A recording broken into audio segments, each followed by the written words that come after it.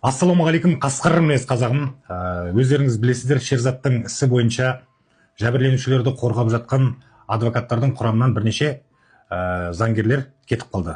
Соның ішінде Бағдат Амандосұлы күні кеше үлкен мәлімдеме жасап, шынын айту керек, Мейірман мырзаға тікелей қарсы сес көрсеткендей болып, сізге қарсы біраз ақпараттарды айтты.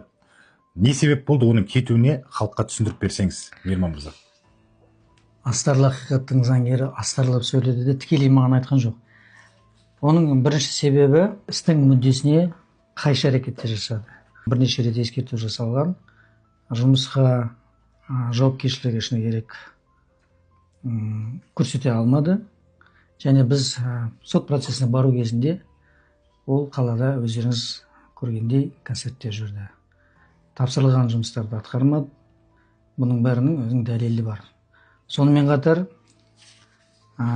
Қыржаубай тікелей маған келіп, менімен ғана келісімшартқа тұрған. Бағдат Амандосұлыны топқа тартқан, ол мен өзім едім. Қазір соған опқы жеп отырмын. Сол кезде Бағдат Амандосұлының өзі мына мәтінді құрастырып, өзі қол қойған.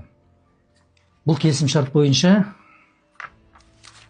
Бағдат мырза сот талқылауы толық аяқталғанға дейін қылмыстық іс бойынша бұқаралық ақпарат құралдарына, әлеуметтік желілерде, мессенджерлерде немесе кез келген басқа да қоғамдық ақпарат алаңында пікір, сұхбат, түсініктеме беруге құқылы емес деп өзі белгілеп жазған. Бұл норманы да ол бұзды.